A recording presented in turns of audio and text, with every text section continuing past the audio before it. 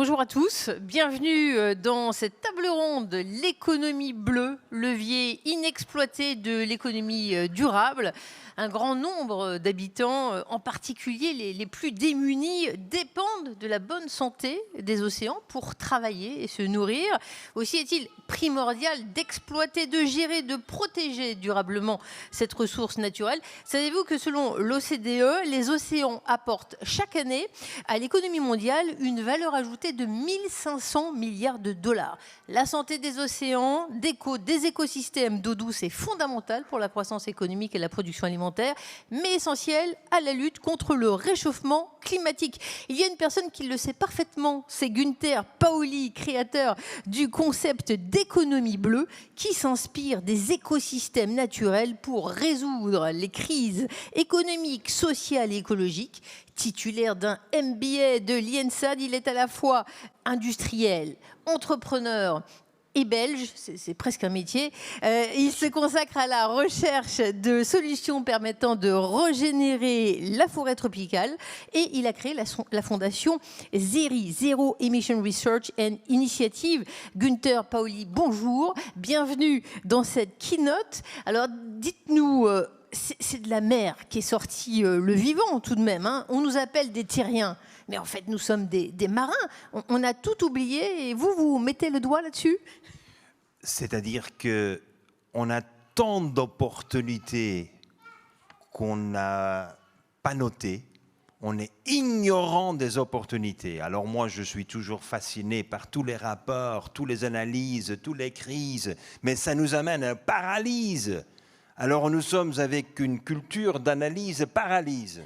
Et nous avons besoin d'une culture de comment quand même identifier ces grands portefeuilles d'opportunités que nous avons devant nous. Vous dites que ça suffit les analyses, il faut passer à l'action, c'est ça qu'il faut comprendre? Mais on a analysé pendant 50 ans, je suis membre du Club de Rome depuis 50 ans, on est en train d'analyser quel est le résultat.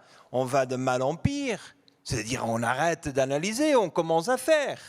Quels sont ces stupides gens qui nous font des objectifs pour 2050?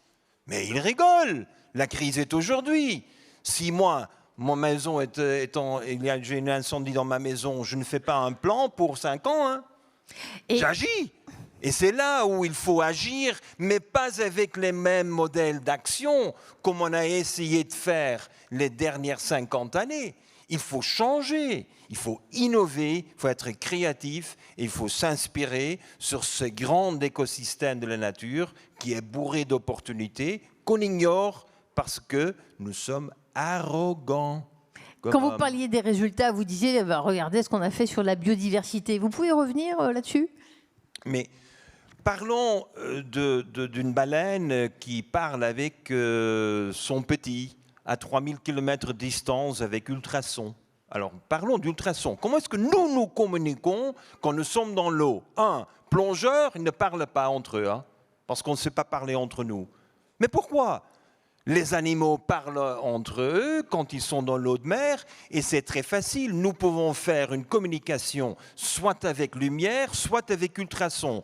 Mais les baleines le font sur 3000 km avec un petit appareil, et ça ne dérange personne, il n'y a pas de pollution de son. Alors je me pose la question, pourquoi est-ce que moi je dois le développer? Pourquoi les grands labos, surtout les militaires aujourd'hui, pourquoi ils ne font pas? En plus, c'est d'une efficacité et ne consomment pas d'énergie que je me pose la question, pourquoi est-ce qu'on souhaite l'ignorer? Mais non. Maintenant, on est en train d'équiper les premiers tortues, parce que les tortues, quand on veut faire la suivi des tortues, sont dans l'eau, alors les satellites ne fonctionnent pas, alors on le fait avec ultrasons. Nous sommes aujourd'hui sur 8 km. Ça, c'est une technologie, économie bleue, simple, avec des implications énormes. On va rester au micro parce que le langage des plongeurs serait un petit peu réduit pour tout ce que vous avez à nous apprendre. Vous nous dites par exemple que sur la biodiversité, on a perdu 80% de la biodiversité. Donc aujourd'hui, les incantations faire mieux, ça ne suffit plus. Nous devons régénérer la force de la nature de poursuivre l'évolution. On a perdu, ben oui, mais ce n'est pas fichu. C'est-à-dire que nous devons créer les conditions qui permettent. Et créer les conditions aujourd'hui, c'est surtout en éliminant les grands dégâts qu'on a faits dans les années 50-60. Je parle du bakélite, par exemple. Vous vous rappelez du bakélite? Alors, le bakélite, c'est interdit depuis presque 45 ans.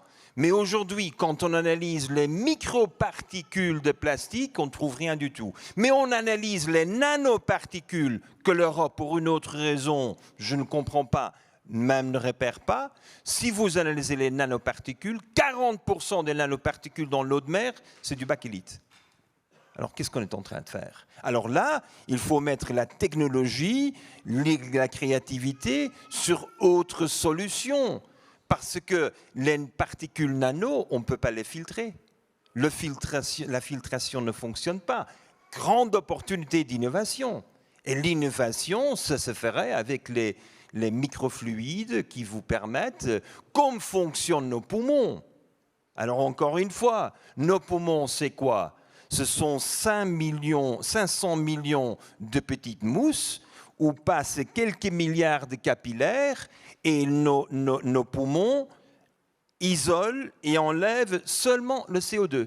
Eh bien, même technologie pour enlever seulement les nanoparticules de plastique.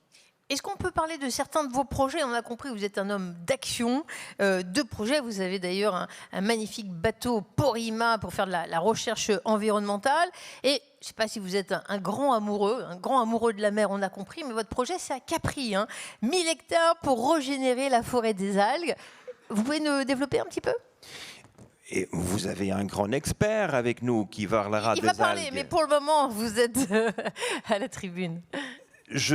Les algues, quand même, on oublie que nous sommes très affectés par cette destruction de la forêt tropicale humide en Amazonie et en Orinoquie. Mais nous avons déjà détruit 98% de nos forêts d'algues. On les a déjà détruits. Qu'est-ce qu'on fait? Il faut renouveler ces forêts et la renouvelation des forêts n'est possible dans le cas où vous avez des modèles d'affaires qui les financent. Si vous n'avez pas de cash flow, si vous n'avez pas de revenus, ça ne fonctionne pas. Et c'est là, dans l'économie bleue que je propose, on a multiples revenus. Aujourd'hui, par exemple au Maroc, à Tarfaya, on fait des rideaux d'algues.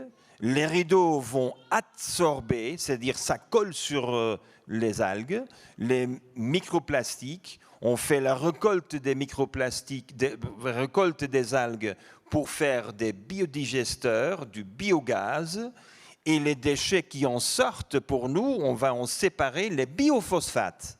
Alors on souhaite avoir les biophosphates, et qui est quand même notre partenaire, le plus grand producteur de phosphates.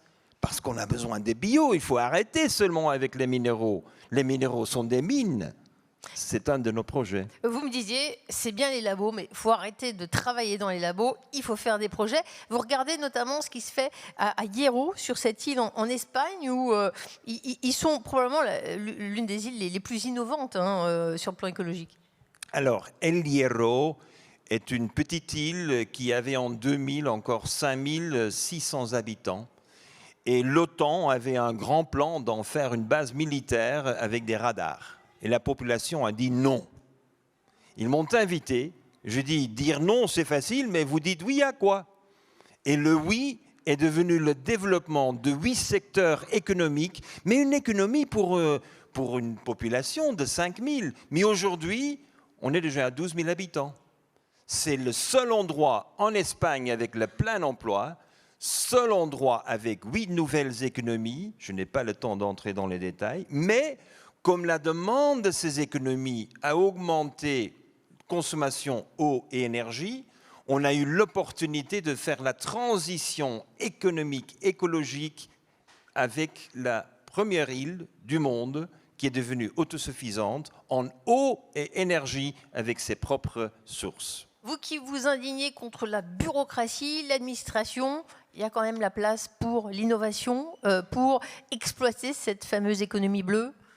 Regardons, en Europe, tout ce qui est permis est super réglementé et le reste est interdit. C'est-à-dire pour autant que nous sommes si réglementés comme nous le faisons aujourd'hui, il n'y a pas de futur. Je vous dis, Européens, moi je me suis installé au Japon. Au Japon, on a toujours le droit de faire des exceptions à la règle. En Europe, ce n'est pas permis. Tout le monde suit même règle. Mais alors là, on devient quoi? On devient ce que l'Europe est aujourd'hui, avec une inflation, avec des taux de coûts d'énergie trop élevés, parce qu'on n'a plus la capacité de flexibiliser les règles, de rendre nulles les règles. Vous savez, j'ai une règle dans mes réunions. Quand je suis assis avec une vingtaine de personnes autour de la table, il y a quelqu'un qui me dira « Professeur, c'est pas permis ».